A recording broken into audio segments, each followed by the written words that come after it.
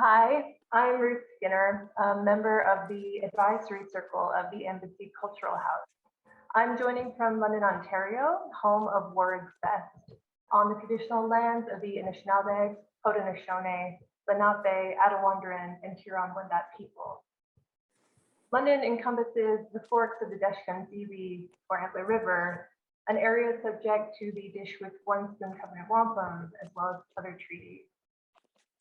Embassy Cultural House was a community-focused gallery established in 1983 here in London.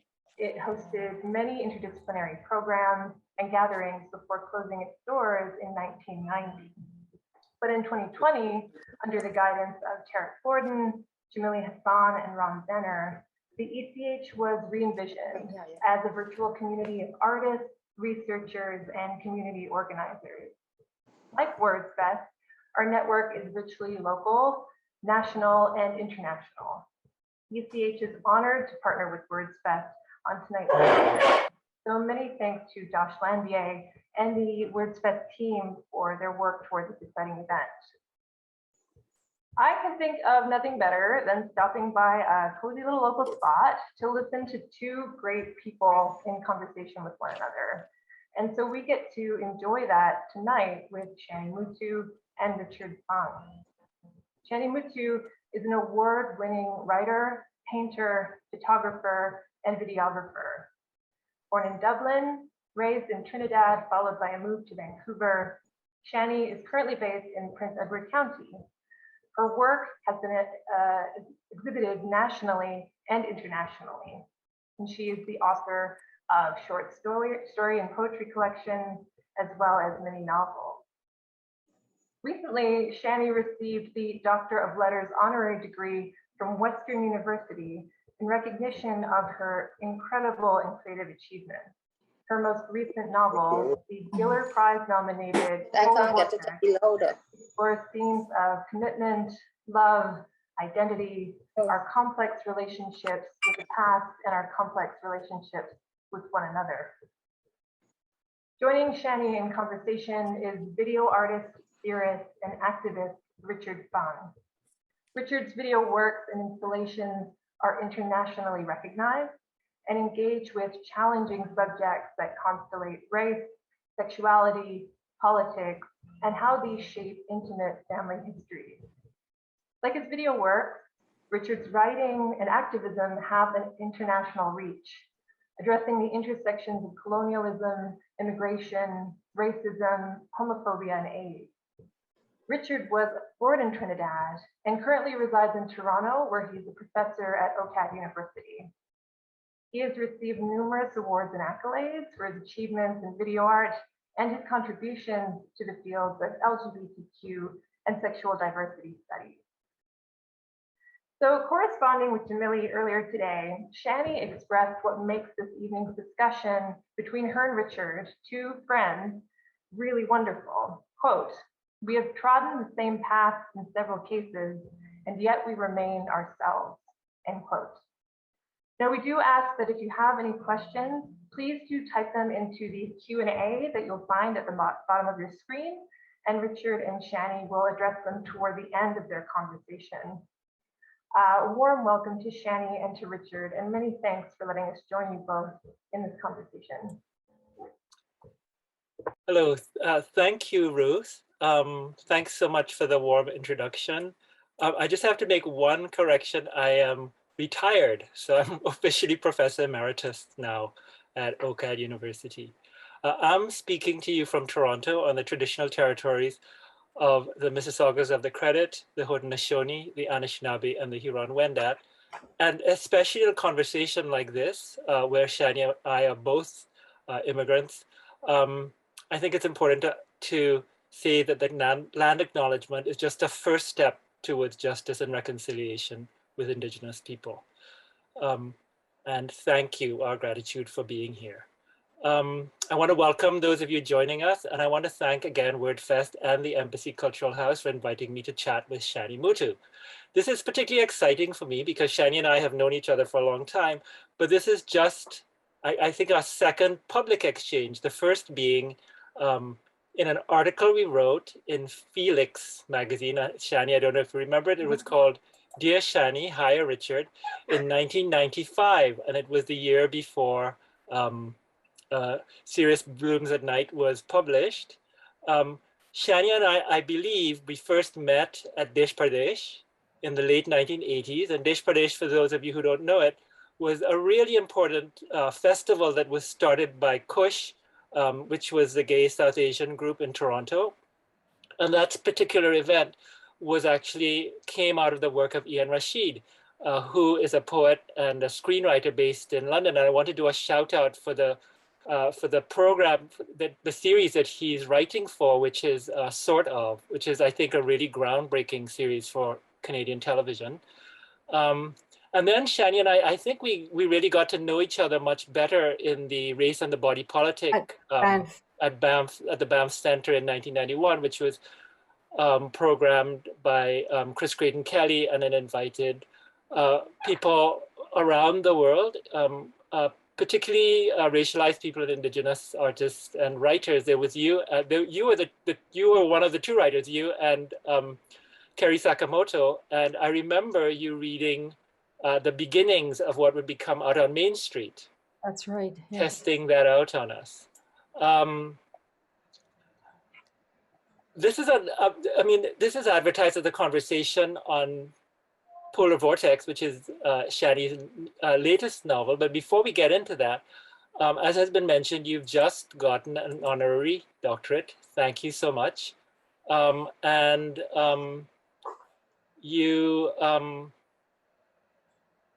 you graduated from Western, you were studying fine art, right? And you work in painting. When I first met you, you were primarily a painter. You had started working in video and then became known as a video artist. And then you started writing more and became known more as a writer, and now you're taking photographs. So I want to start by asking you, how do these different creative practices ally for you? How do they work? Well, it's a good question. I don't, I haven't really set out to do, like a body of photography or body of painting or writing. An idea would come to me and there would be a sort of a feeling around it. And as I explore that feeling, I will know what the medium is. But in truth, I think one of the things that happened for me when I was very young is that I would begin writing something, and the words would get me in trouble. Like when I was very, very young, one of the first poems I wrote was something that went along the lines of, I was really quite young, like about 7 or 8. Man loves man, man loves woman, woman loves woman. Very idealistic thing, which I think did not go over too well at home. And it sent me to drawing and painting, which was, it was easier to say what you were painting and drawing, what it was not, rather than what it was, like depending on who asked you what it was and so on. What happened for me was when I was living in Vancouver and painting, Jack Shadbolt came to my house. He would give me critiques, and he basically started looking at some of my paintings, and he was saying to me, these paintings are getting darker and darker. And what had been a very bright palette before was getting really quite muddy and dark. And he said he has a feeling it's not about the painting, but that something inside of me was eating me up, and that I should check that out. And that's what actually sent me to writing. So writing at first was quite cathartic, but being an artist, I knew very well that work had to transcend catharsis to become art. And and then, you know, I started falling in love with words all over again, almost the way I had been very originally in childhood and throughout my, you know, teens and early years and so on. And that was the beginning of writing for me. Now, the photography, you know, it has something to do with digital photography and the very, very big sensors that we have nowadays, that after you photograph something, you can be quite surprised what is in that photograph. And I found myself attracted to this sense that there were truths that were being revealed. And in the same way that I use language to try to constantly peel away ideas and get to something that resembles a truth for me, or a feeling of truth. I found that I could do that with the photography, and so. Why don't we start with looking at some? What did you say? Should we start looking at some of the photographs? Yes. Let's look at the first slide. So this first one, these photographs are from my home, the home that I grew up in. The first few photographs in Trinidad, and one of the things that I have been struggling with as an artist in Canada is the sense of always belonging elsewhere, not in Canada. And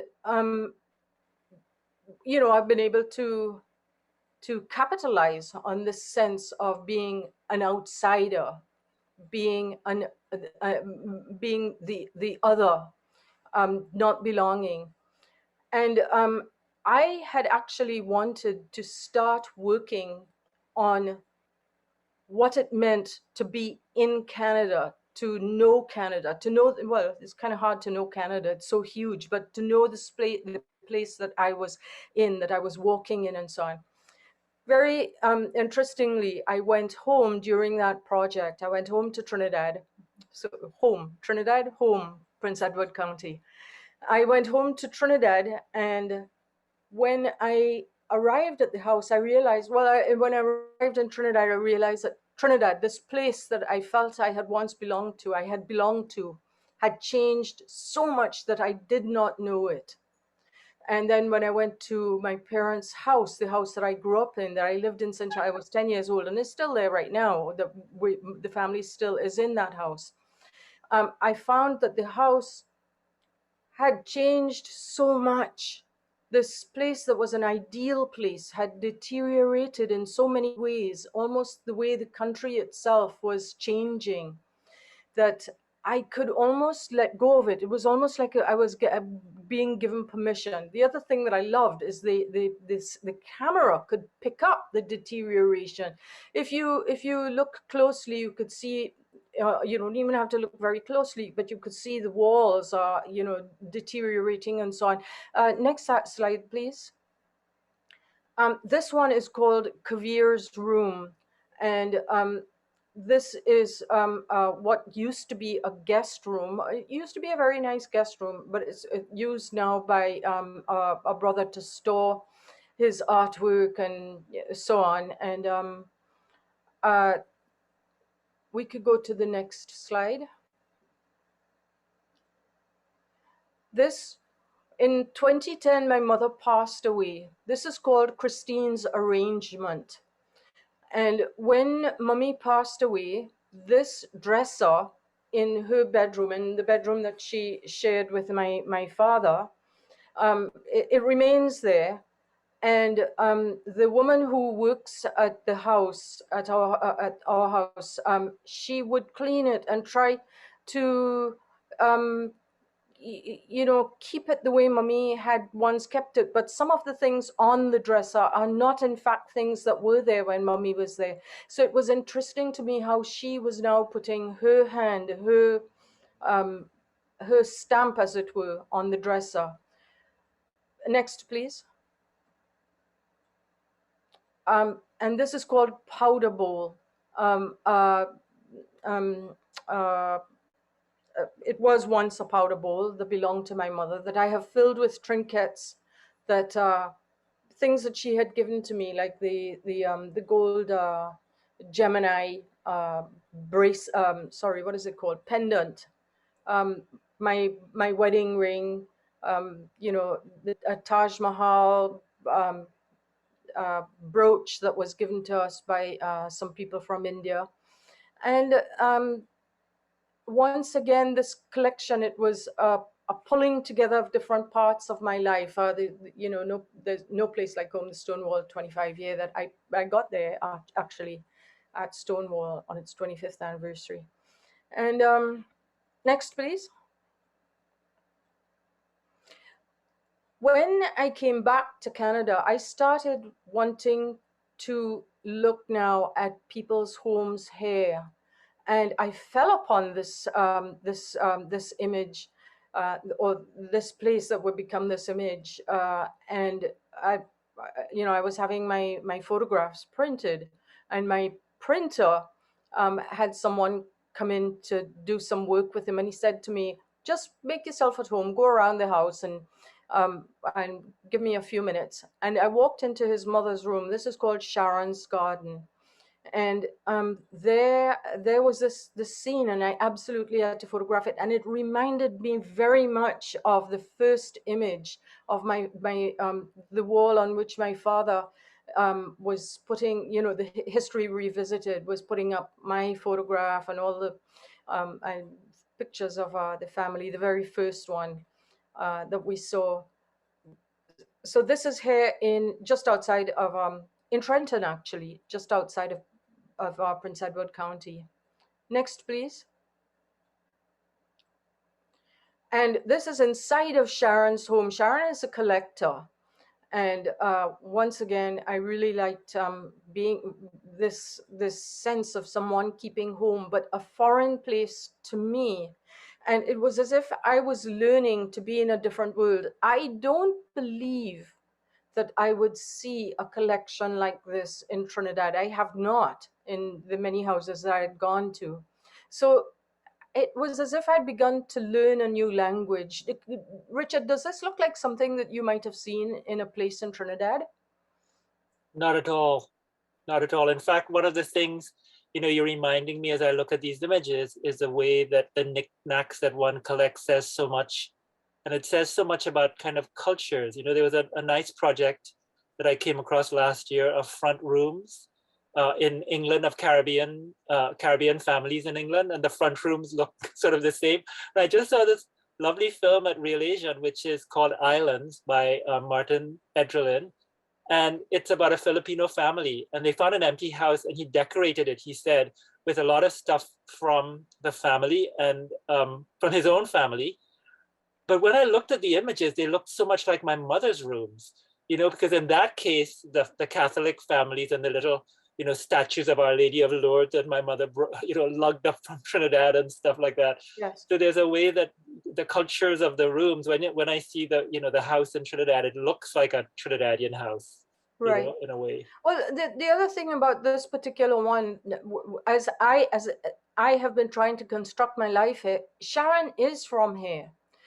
Sharon is an older woman. She's the mother of my printer, and yet she is also trying to construct, like, many of these things are not, these are things that she has picked up from different places, and she is constructing a story or a picture of her life that is just so amazing to me, and so compelling and so photographable. It's almost as though she's creating sets either to be photographed or to be acted within, so please, and the next one.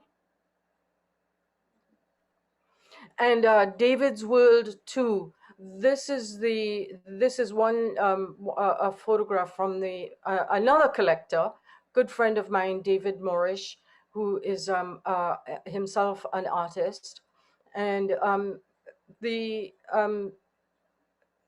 a kind of symmetry and real attention to the way he puts together all of these things in his room, that just again, they're very photographable. So some things I photograph because they're sort of begging to be photographed, and other things, you know, like Sharon's room and the garden room, they speak to me of my own space. This does not speak to me of my space, but they're really, it's a photographable room, I think.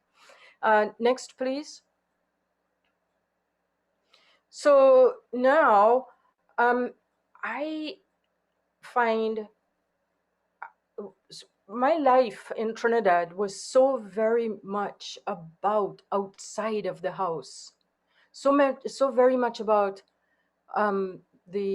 about nature.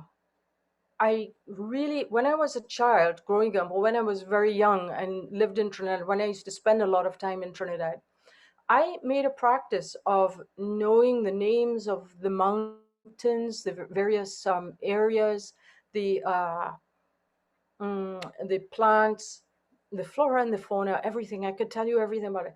As time went on, I forgot about those places. I forgot the names of those places. I would go by somewhere, I'll see a photograph, and it's like I couldn't get the language, the words out of my mouth. Sadly, the same thing happens here. I don't know the land here where I am, and it's as if living in living in between two places. And I started wanting to really pay attention to the landscape of the place that I was living, that I am living in. The train rides. I did quite a few photographs, a series of you know, just passing on the train, which seems so iconic, so very Canadian to me. The next one, please.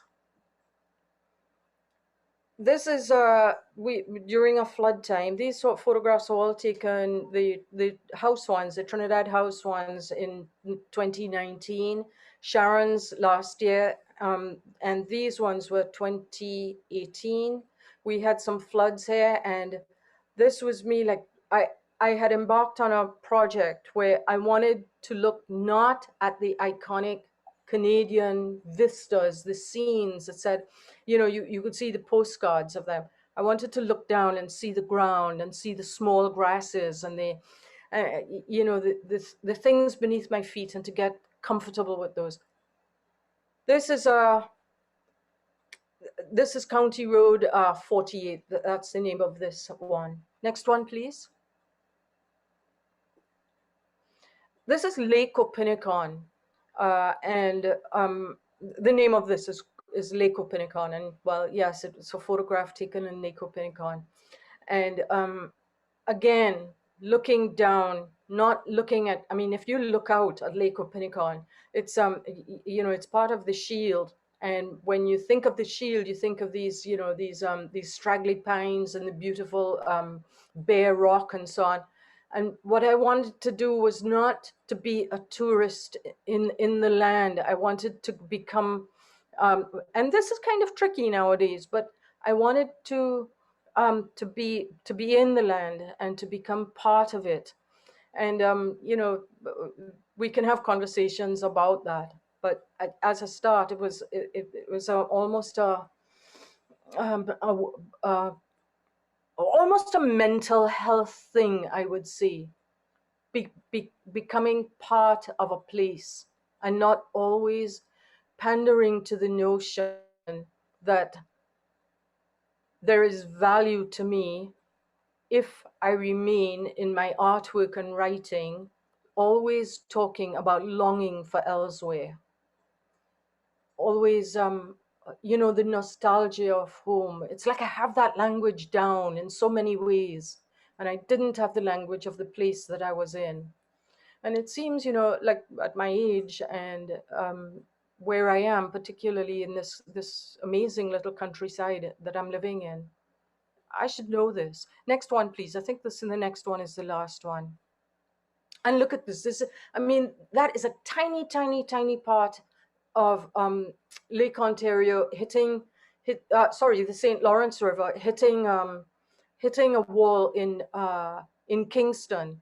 And look at all the colors. I mean, it's the colors, the colors of Trinidad. So it's, in a kind of a way, it's like trying to see this place, but not to become Alice Munro or Margaret Atwood in my language, or to become Canadian painters or photographers, but to bring my Trinidadianness to this language. How do I merge the two? And that's part of the project of this photography and the writing that I'm doing right now.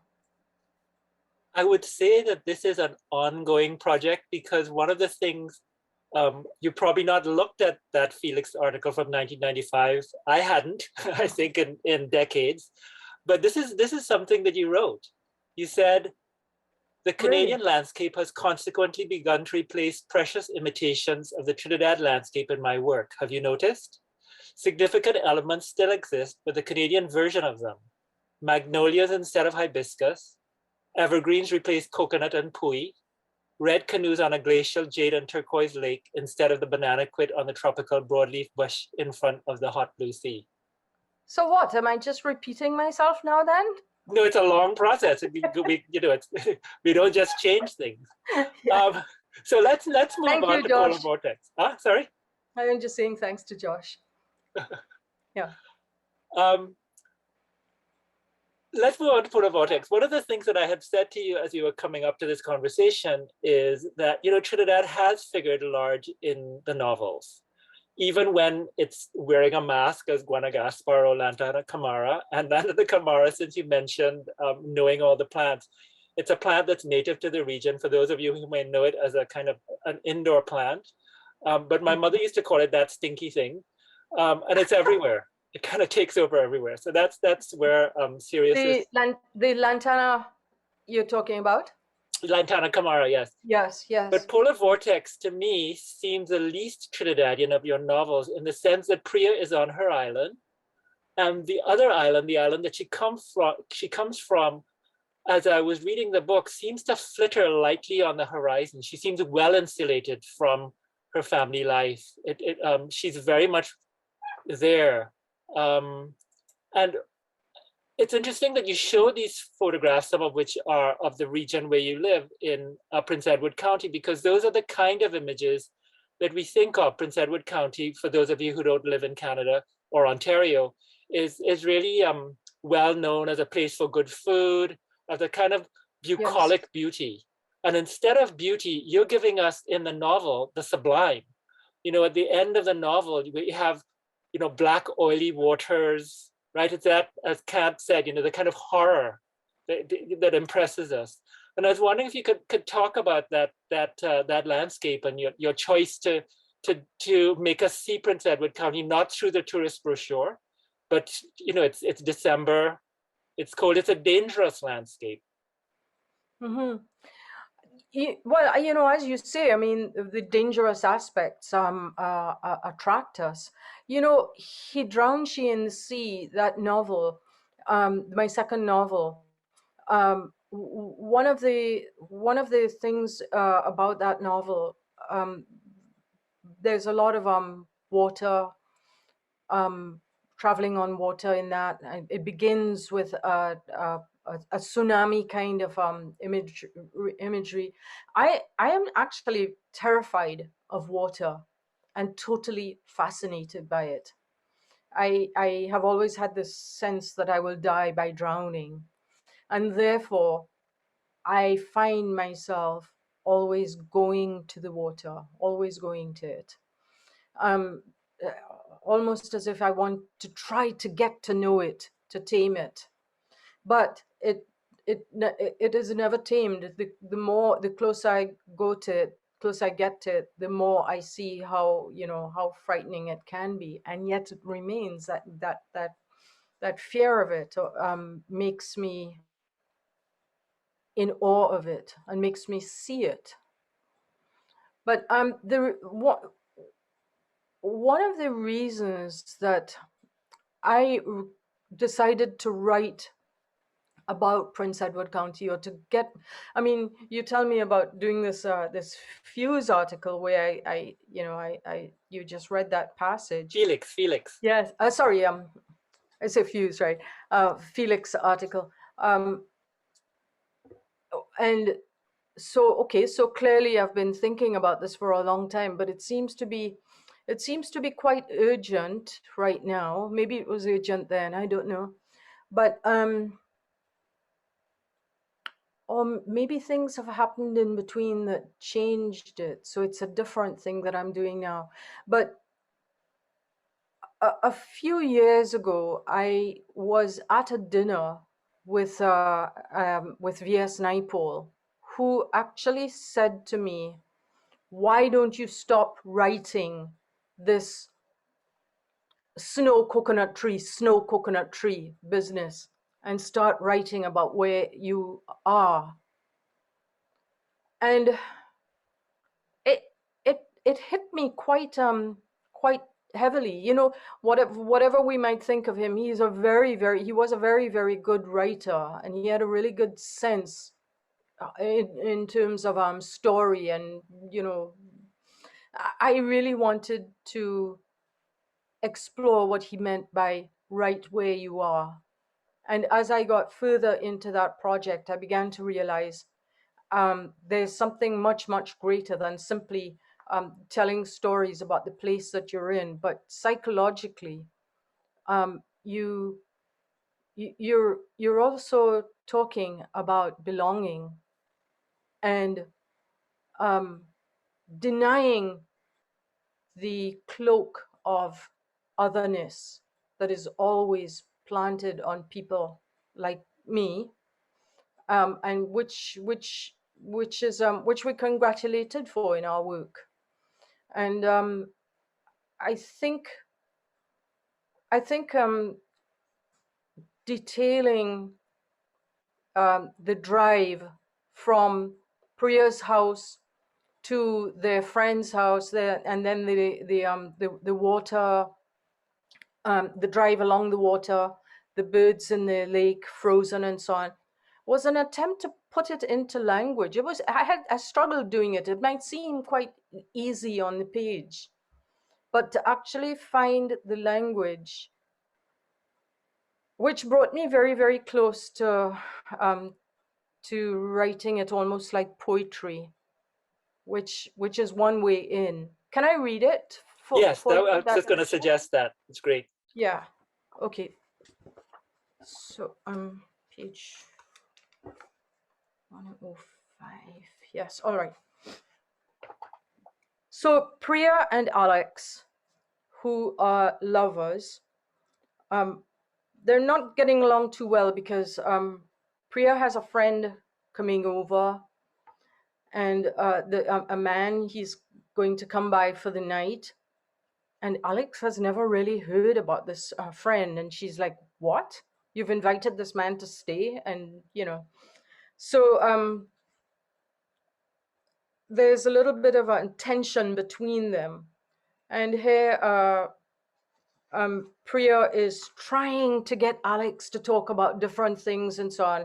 One of the things is the Polar Vortex that happened that same year, but the winter before. Okay. I ask Alex, when did we go for that drive through the park to the lake? I think we were mad to have done that. Oh, I don't know. It was sometime after the ice had stopped coming down. Nothing happened. We were safe enough. Alex responds. Were we really safe enough, though? I still wonder about that sometimes. Sitting in the car, the only people on that road, facing an expanse of frozen water as far as one could see. Meters from us, massive iceberg-like formations. Frozen waves piled one atop the other. Knife-edged cliffs jutted out of the ice boulders into the sky and then dropped off into gem-like blue and green canyons. I had brought my window down a fraction, and we listened. A heaving, thumping rebellion came from beneath the surface. It wasn't a stretch to imagine water undulating, restless, captive, wanting an escape from all that ice. It felt as if the force of the moving water beneath might actually any second wrench the boulders above from whatever anchored them and send them skidding toward the road, shoving us into the trees, or more mercifully, simply crushing us flat. What seemed like a choreographed row of geysers, 7 powerful spouts, one after the other in quick succession, rose every few minutes into the air. I'll never forget the tinkling one minute, like a crystal chandelier in an earthquake, and that insistent thumping, I say, then laugh. And you told me then that Lake Ontario was the smallest of the Great Lakes and the 13th largest in the world. Alex nods. It sounded alive, as if it were breathing. The music from the blowholes. It was like a strange tune played on an oboe, she says. And although she remains glum, I feel grateful. And do you remember you quoted Hardy? I asked. She takes a puff and nods. After her long exhalation, she says, the sun was white as though chidden of God.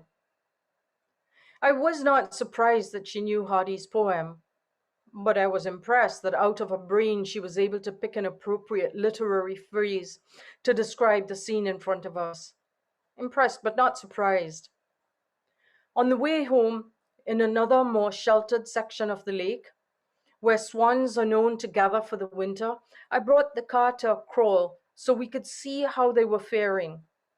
On the glass surface, we counted 13 swans frozen stiff, some as if in full swim, some off kilter, some sprawled on the surface, their wings unnaturally bent, stuck in parts to the ice while tips of feathers flapped in the wind.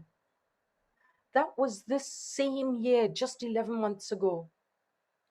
The feeders in our yard had remained empty until the middle of what was supposedly spring, but still felt like winter. The moment I was able to, I went out and filled them up, but for weeks on end, no birds came.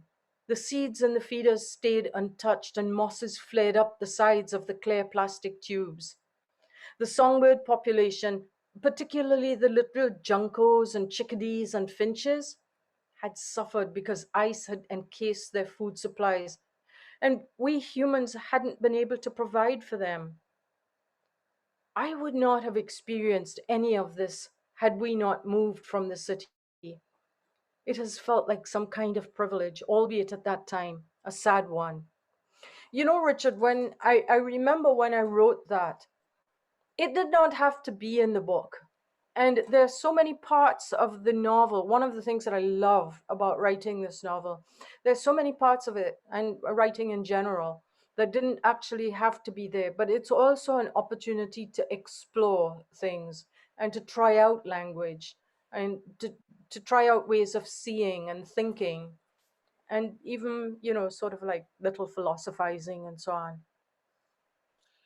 When I read that passage, especially the beginning, I could see it. It felt like a romantic painting to me. Like I could see Turner, I could see, Carl David Friedrich in that dangerous, the ice cliffs, and then as you move to the swans, I see you, Shani, the photographer, also writing there, and then Shani, the bird watcher, which is something we both share.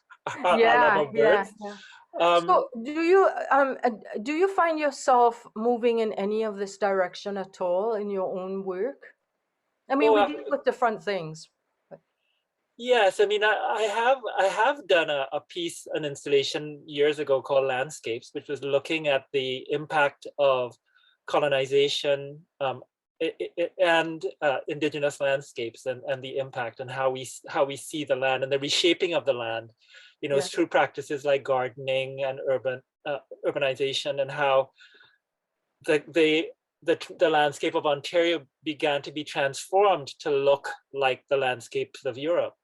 Yes. But I want to get back to you. One of the things that you mentioned in terms of dealing with the land, I think that has perhaps changed perhaps the conversation, if not the content, from the early Felix piece that I quoted, is that we also are much more aware of the politics of of land and space now. And of course, we both come, I mean, we come to a white settler state, or one with a history, one might argue, that's a Eurocentric, still a Eurocentric, but multicultural settler state. But we also come from a place that is marked by a genocidal colonization, by slavery, by indentureship. And as Chris Cozier has said, the artist, Trinidadian artist, said the Caribbean was born in globalization, right? And so in all of your novels, I'm really struck when I thought through them, that you really describe an actively globalized world.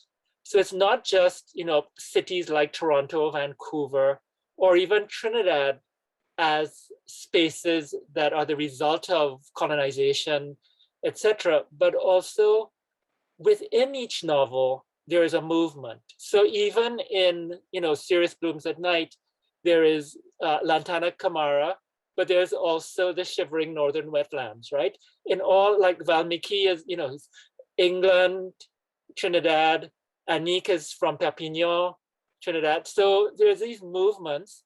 In this novel, there's Priya, but there's also Prakash.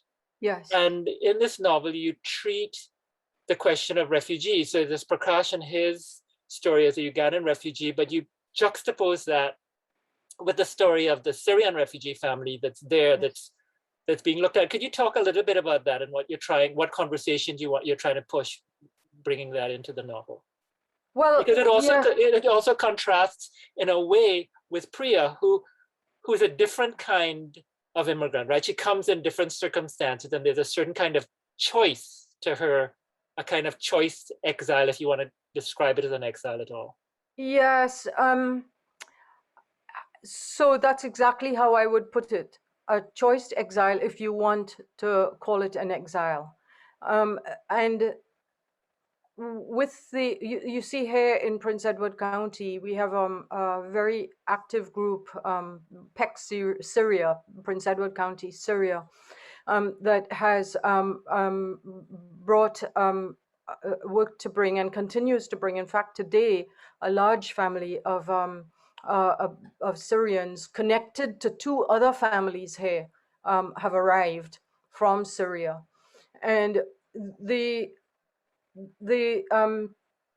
face of Prince Edward County is changing greatly because of people coming to live in Prince Edward County, but mostly from here in Canada. And it had remained until very recently a very white place. So that when I saw a person of color, I was always wanting to run up to them and say, hi, you know, and it's not like that so much anymore. But the arrival of the Syrian families has changed the place a great deal. There's a tension where people here in this old farming area, they're very happy to be doing a good thing, but they can't handle the outsiders from Canada itself. So there's a strange, you know, like the people from Toronto, particularly people of color moving in from Toronto. And there are also people here who are uncomfortable with the Syrians, because Prince Edward County, you know, there are pockets of Prince Edward County that are very, very, very poor. And they see the Syrian families receiving help that they are not getting. And that has created some unpleasantness. And I felt myself wanting to write the Syrians into the landscape and say that to actually name them, put them into our area. And I was also wanting to explore how the Ugandan refugee might be interested in the Syrian refugee. Because remember that there were two very different responses to how these people came in, right? The Ugandans. I mean, most places did not want to take the Ugandans in, and there's a bit more heart towards the Syrians, a bit more. We're seeing it in Canada, but you know, the Ugandans did not experience that, and I wondered how they would be thinking about the Syrians. So, but this is all me trying to create a landscape that I have not seen written in this, you know, small towns and so on in Ontario and so on, written from the point of view of someone like myself. Most of the writing by people of color, immigrant people of color, tends to be set in the city, in Toronto, and the immigrant communities live close by, and they sort of wrestle with each other and with the white world, and they're not really in a landscape. David Chariandi's Brothers deals with the what is it? What is it? Rouge. Rouge, the Rouge Valley. Yes, Yeah. really nicely and very very unusual for a book set, you know, largely in the city, or the just outside of the city. And that's, there are city things happening here in this place, but this is also still fairly rural. Yeah. And I wanted to put us brown people and not so brown people and queer people and so on here.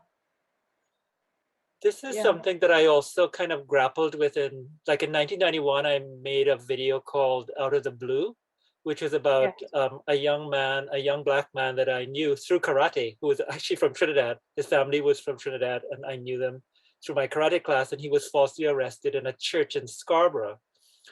And his family actually had a cottage in the Kawarthas, and I chose to start that video with the kind of iconic Ontario kind of group of seven landscape of pine trees and the lake, and then have him come in on his little boat, a young black man in this landscape, because at that time, there's a sense that Canadian identity is located in the landscape, and a kind of, you know, a landscape cleared of Indigenous people, if you think of the group of seven work. And at the same time, Black people as being associated with the inner city. And to have a young Black man in the bush, I was hoping right at the start would make people have to stop and rethink what they thought they knew about Canada and what they thought they knew about young Black men. You know, sorry, carry on. One of the things that I really enjoyed in this project of trying to photograph and write the land was a trip that I made with one of my friends out on Lake Opinikawn. And as we're going in her pontoon, on the shore, you saw all of these people at their cottage, and they were all doing things like, you know, setting up the kayak, and people sitting on lawn chairs, and people setting up a barbecue, and some of them fishing and so on. And I had my camera, and there was something really delightful inside of me as the brown person with the camera, photographing this white family on the shore, you know, sort of, and I got into the mode of doing that, and turned and saw the red canoe and these two people in it, and I thought, okay, so more of me being the anthropologizer, and I'm about to take the photograph, and I realized it's two Chinese people in the boat. And it was just all so mixed up and wonderful and very interesting. You know, how do you write it? How do you photograph it? Yeah, when I go to Point Pelee, I always note how many people of color I see. And we always do kind of nod at each other and say hello. It's kind of funny. the Yes. solidarities that happen in that landscape. Yeah. You were going to read another bit, but we have only 10 minutes left before our Oh, allotted time. So I'm going to jump ahead just to ask you a question as if you had read, because you were going to read a section from Alex. And I was struck by the structure of the novel. So, you know, a large portion, I don't know how long exactly, 100 pages or something, is in Priya's point of view. It's very interior. And then we yes. switch to Alex. And I was expecting, when we switched to Alex, a kind of a Rashomon, you know, um, uh, illuminating a completely different uh, reality. But what I found was that, in fact, Alex's experience of the world and of events wasn't that different from Priya, and she was not as opposite to Priya as Priya had led me, the reader, to believe that Alex would be. Yes. And so there are a couple of questions come out that I'd like to hear you talk about. One is the choice of that structure, which I really thought of this book as a kind of emotional whodunit. Like, I'm addicted to things like, I'm embarrassed to say things like Poirot and Midsummer Murders. So it's kind of like cheesy British whodunit. But there's a way in which this is actually a very, like, I was compelled to read it as if I was going to discover who the murderer was or who the spy was, but it's really about emotions. Yeah. And so I wanted to talk about that structure, and I wanted to tell me if you ever considered having Prakash have his point of view as Yes. also the Yes. third voice. So yeah, what were you going for? If you could talk about the structure and the different voices. Well, you know, so when I began to write Priya, so when I begin to write, I don't actually really know where I'm going. This novel started out as an entirely different story that someone had asked me to write for them. It was their love story they had asked me to write. And I had begun to write it. I wasn't doing anything else, and I thought, all right, I'll write it. And when I began to write it, Priya was the subject of this man's love. And as I began to write it, I realized I didn't want to write that. I became quite fascinated with this character, Priya, that I was developing. She got a voice. I started hearing a voice and an attitude. She had an attitude. And what I found was that she was always rejecting this man's approaches to her. And not only that, but in rejecting them, she was always telling little lies. She was always lying. She was always obfuscating. And on, and that became her character. Now, by the time I made the switch, I had myself begun to get really irritated with her constant uh, little white lies and her, you know, coming and going with her little stories that change a little bit here and a little bit there and so on. And I just couldn't carry on with her anymore. So, and I actually felt like I needed another voice. At the same time, I began to think that there's always this tendency in the in mixed race relationships, in literature, film, whatever, to demonize the the white person who has victimized the person of color. And I wanted to turn that on its head a little bit and to have them both be doing things that were questionable, to make them both in some ways not unlike each other. And I wanted also, you see, because Priya was such an unreliable narrator, we needed someone to reveal her a bit more. And so Alex actually doesn't reveal Alex herself. Alex reveals Priya. and we get to learn about Alex through that. I did think about getting Prakash, uh, but then it was like everybody getting their say, and it just felt like that was too predictable. So what I did was, within Alex's section, I had Prakash tell his story. And that for me was a really delightful challenge in terms of writing, to have him speak while Alex is the one who is narrating.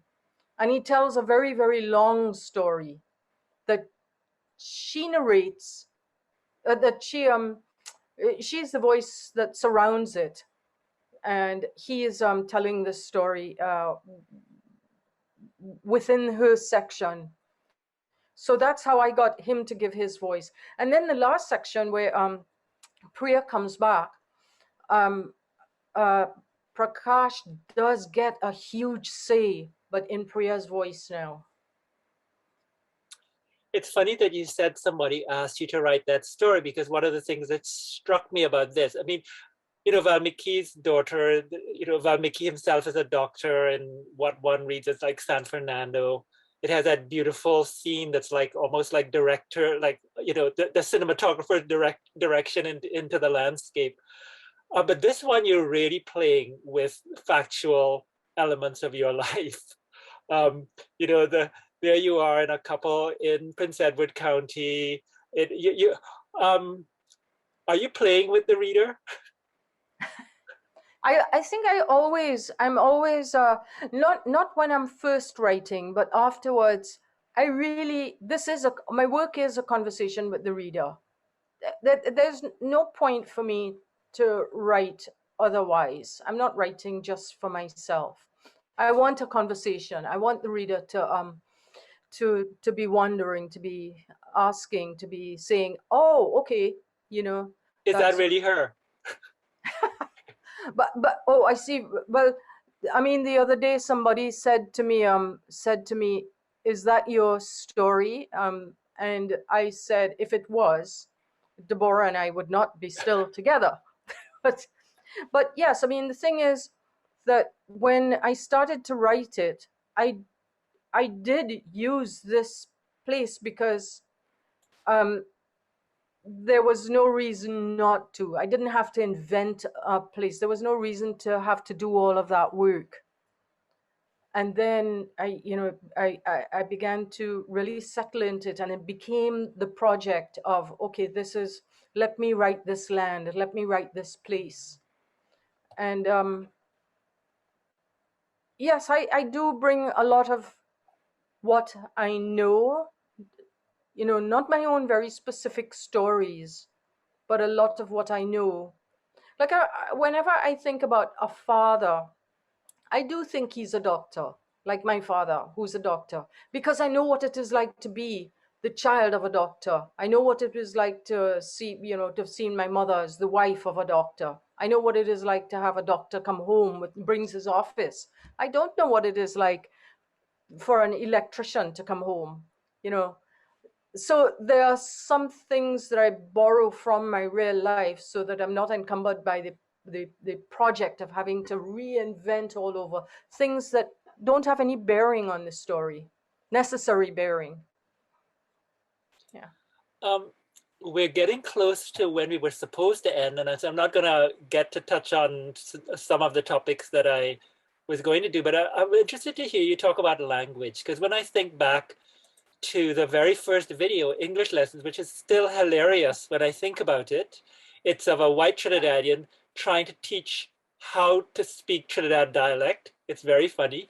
And I'm thinking that, in your writing in general, there is this consciousness about language. Here I was struck by the little lexicon that you give that, on page 207, that betrays origins. You said Laurie, jitney, hooligan, etc. And I myself, we have mirroring biographies, because I myself was born and grew up in Trinidad. My family's fourth generation Trinidadian, but I went to high school in Ireland.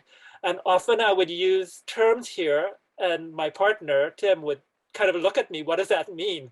And I'm never sure whether the terms that I'm using come from Canada, whether they're misplaced British terms, Trinidadian terms, Irish terms. And so Yes.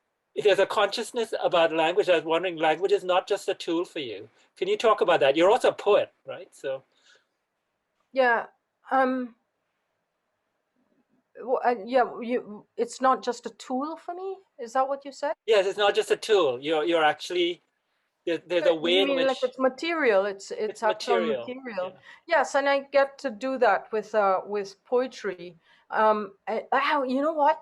In March, my poetry book, Cane Fire, which in which I was able to do it. That you ask that now, I can answer it this way. There's a great deal of that. It plays with the page, the words on the page. So it's both language and words, and the page as canvas, and there are lots of images as well from the photocopy project that I did with the use of the Xerox machine that what Xerox allowed me to use for 3 months, and work that eventually went to the Venice Biennale as part of a project there. And I was able to bring that work into this poetry book. So yes, it's a whole other thing in poetry, and I'm sort of conscious of time. Yeah. We don't have to end exactly at the hour All Josh right. Okay. told us, Yeah.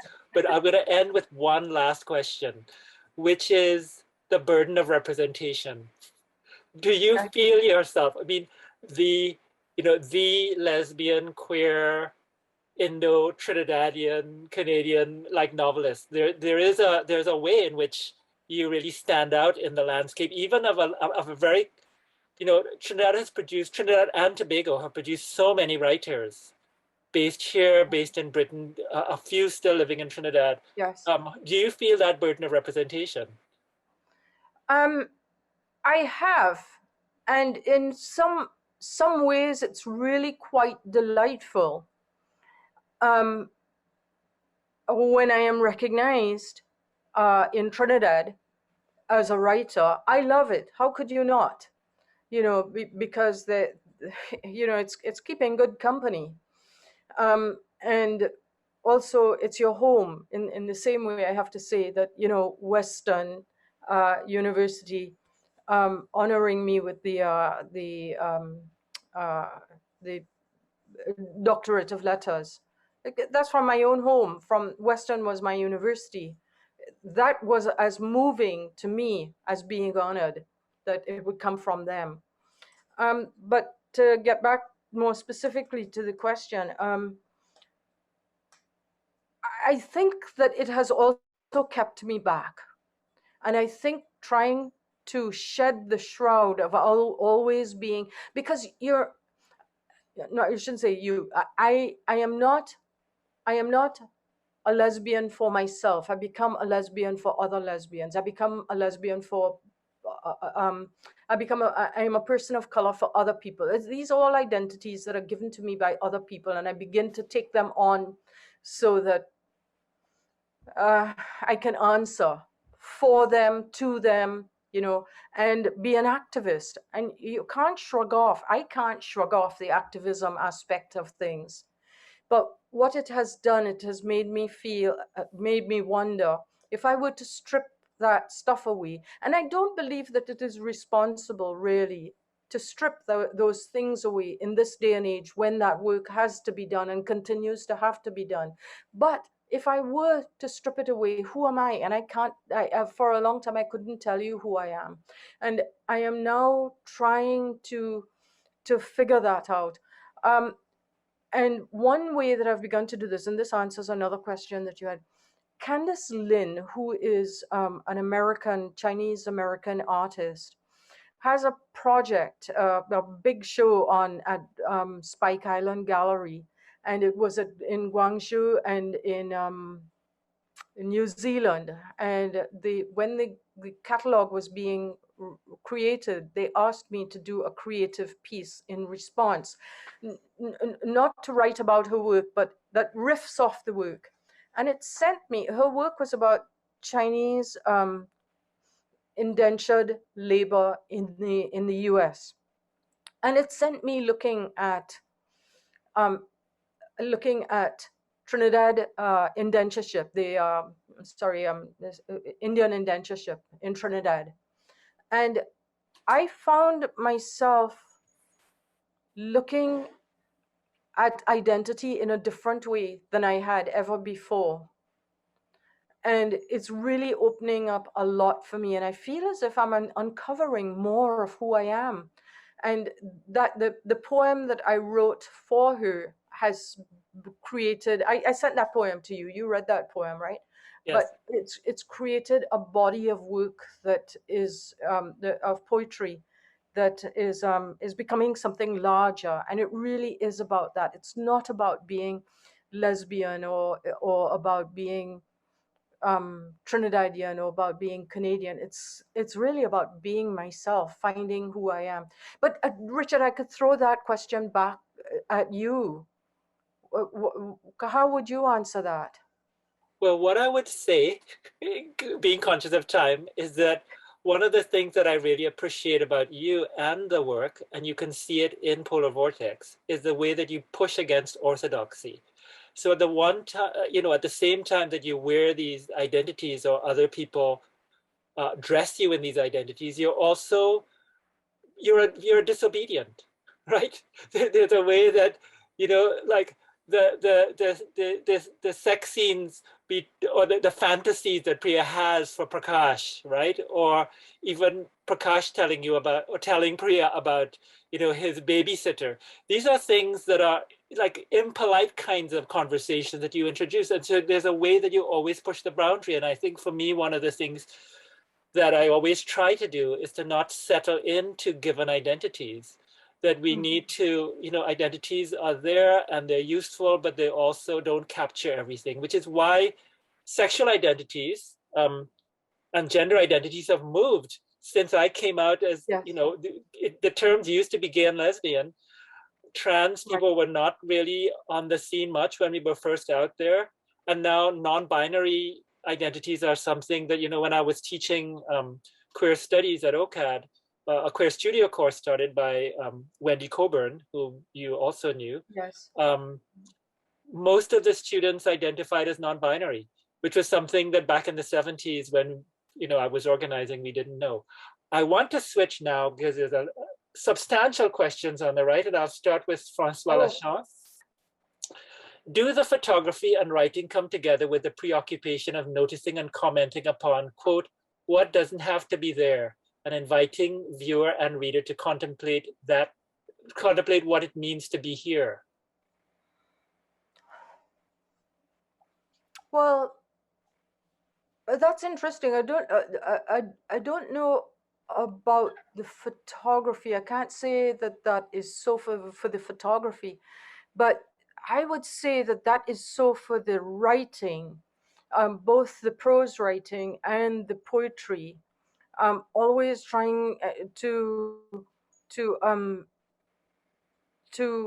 open things up. I like not necessarily to place what is not already there, but to acknowledge in some kind of a way that things are here, and to look, this is here, we are here,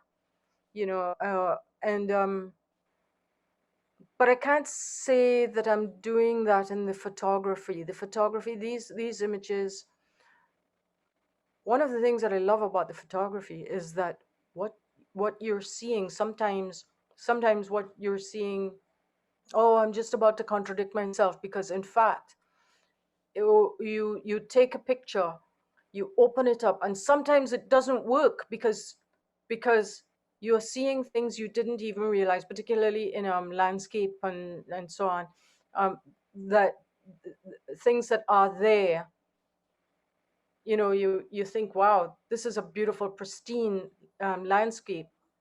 You start working on it and you see a little pop can or something like that in the corner.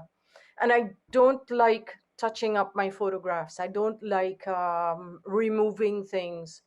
So if there's something like that, I'm not going to remove it. I'll probably discard the photograph or make that an important part of the photograph. So, yeah. The next question is from Nayan Shah, who Nayan. who's been important to Nayan. my work, brilliant historian Where from is the other Nayan? side of the continent and Yeah. in much warmer clime. Shani, I remember so much your sense of bewilderment and bedazzling joy in recognizing the Chinese couple in the red canoe. And that reminded me of your joy when I shared my stories of my parents in the 1990s car camping in the national parks. Yes. That sense of wonder of brown and black immigrants at ease in North American landscape. I wonder now how indigenous presence and caretaking of land makes you consider how immigrants recognize indigenous presence. Yes, it's a question for me all the time because I am dealing with the land. I am dealing with trying to place myself here and always conscious of this. And I mean, these are conversations constantly. I think we have learned a great deal, how to be not how to be respectful. We've learned the words, but we haven't actually begun to really implement behavior and so on. And I worry about that, but I am here. I want to really tread responsibly, and yeah, it's an ongoing question. I don't really know how much more I can answer with that right now. One of the things that interesting for me is the way that conversations about indigenous displacement and dispossession and continuity on this land really made me rethink Trinidad, because there's a way in which, as Tracy Assing, the Carib filmmaker, the first Carib filmmaker, who's also queer in Trinidad, says in her film over and over, the only good Indian is a dead Indian. And so for so long, in Trinidad and Tobago, people related to indigenous people as if they're past. I mean, everybody knows about the Arima community, the Carib community, and now there are others that are also making claims, but there's a way in which they're relegated to sort of folklore. And it's through a global indigenous movement, there's also this, again, kind of revaluation and rethinking colonialism in that space. That there is an interesting conversation that becomes global, and the way that when I go back to Trinidad now, I'm also, not that I ever was unaware, but aware of the resonance and the kind of affinities of this space and that space have, both for global circulations of people and for indigenous peoples and colonization. Mm-hmm. Mm-hmm. The next question is from Carolyn Mallory. Do you think that Priya was unconscious of her reliability as narrator? Was everything she recounted the truth as she saw it? Was it difficult to write such an unreliable narrator?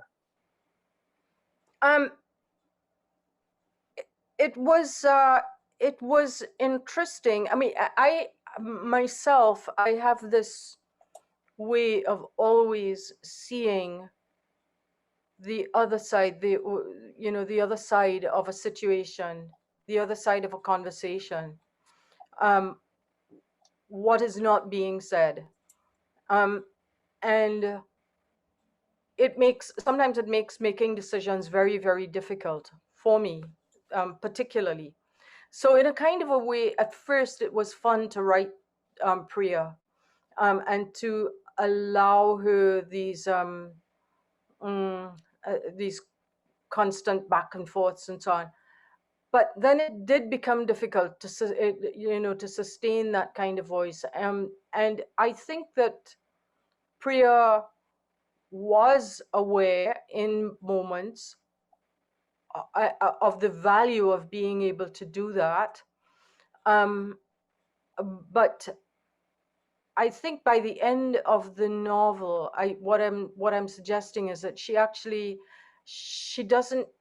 There are some situations where she really doesn't know, and her not knowing has a great deal to do with her trauma, with the traumas that she's faced, not with Prakash only, but with having to hide herself as a lesbian in many circumstances and so on, and having to become something that she's not. And I think that she begins to really sort of slip up and take on that double life as a serious part of her life. There's one I thing didn't want it.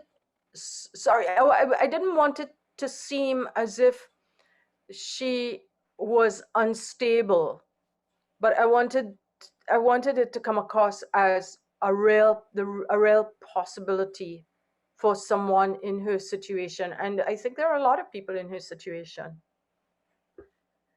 Well, one of the things though about Priya, because it struck me as a very mature novel. I mean, you're at this point in your career, like there's a confidence in that novel, the way that you end it. So it left me with a lot of questions, but not at the point of like, oh, this is too mysterious, I don't want to deal with it. It's kind of like really trying to like psychoanalyze Priya in the situation. And I was wondering if part of it wasn't also the way that in a relationship, there's a way in which part of one's individuality dissolves. And if there was a sense of giving too much of the self, of letting all of her secrets out, was somewhat threatening to her own sense of keeping herself together. Well, I mean, that's an interesting question. I am writing her.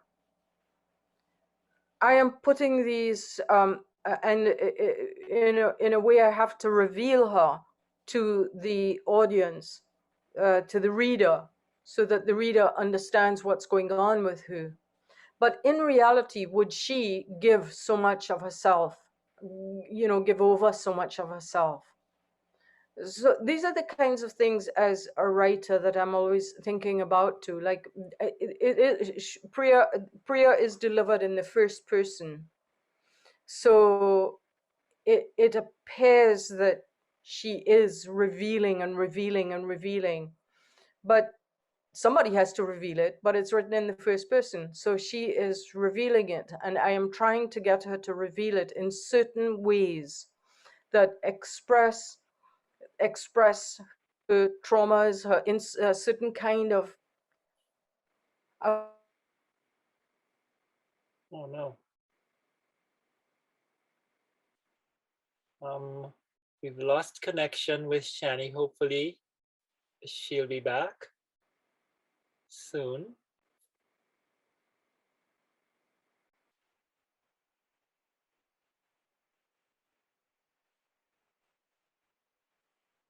I imagine Josh is calling Shani, and she will be, yes, I see in the chat.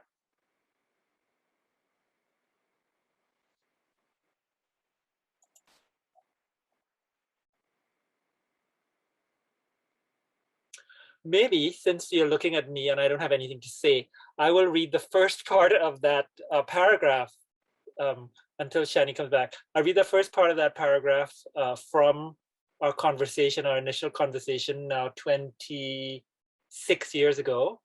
So she said, as I become intimate with geographic regions of the country and their specificities, as I pore over topographical maps and learn to distinguish the detail of flora and fauna, as the land takes me in, I find that my yearning for the details of Trinidad quietens. It is not about the details of either landscape, but more about rummaging through the country, past its towns, its people, all its constructs, to find that safe place.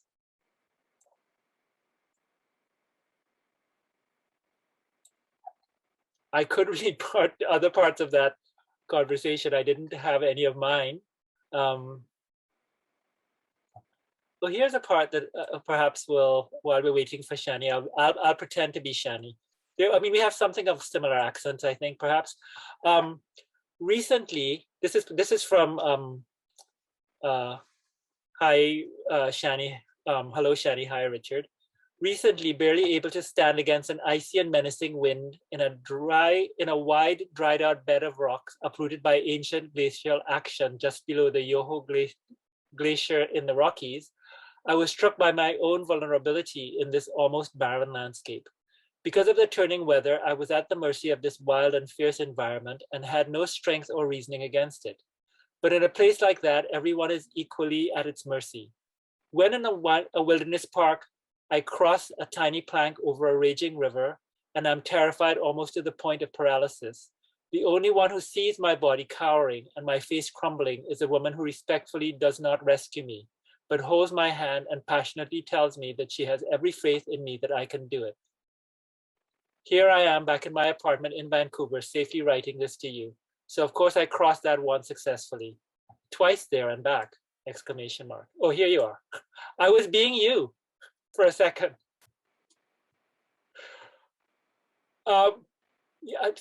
Your voice needs to be reconnected, I think. I'm not hearing, can you? Yeah, I'm not hearing you.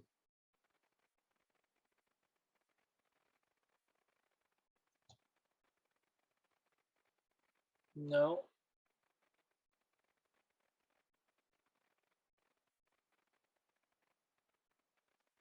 Oh dear.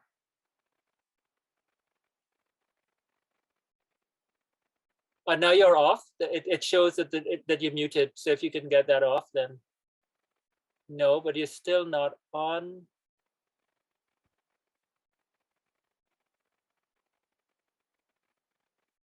This is the liability of Prince Edward County. It is taking revenge because Me? there now yeah. I was saying Prince Edward Can you County hear is me? taking revenge. Yes, I can hear you now.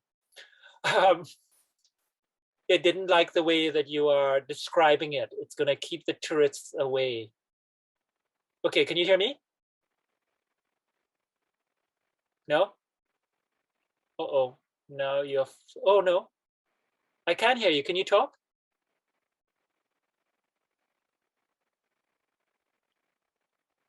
Hello? Yes, now I can hear you. Maybe since Hello? yes, can you hear me, Shani? No? I can hear you. We can hear you. Hi. Oh, but you can't hear me.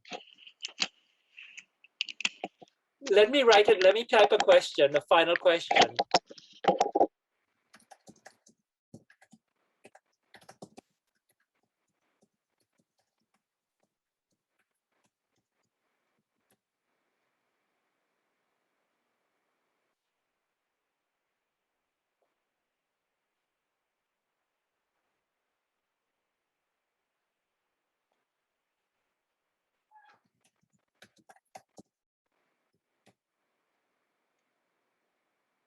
Oh, now we can't hear you again.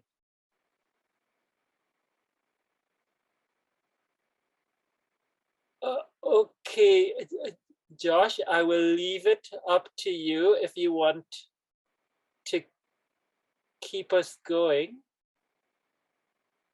because we've also lost Shani's mic. Okay, so the word from Josh is to end. I'm so sorry. Again, I think it is Prince Edward County taking revenge. I'd like to thank WordsFest and Embassy Cultural House again, and to thank Shani. It's been great to actually shift this conversation away from a dinner party, which we have had too few of under COVID. And it's been nice sharing time with you. Thanks so much for your questions. And thank you again, Shani. Okay. Good night, everyone.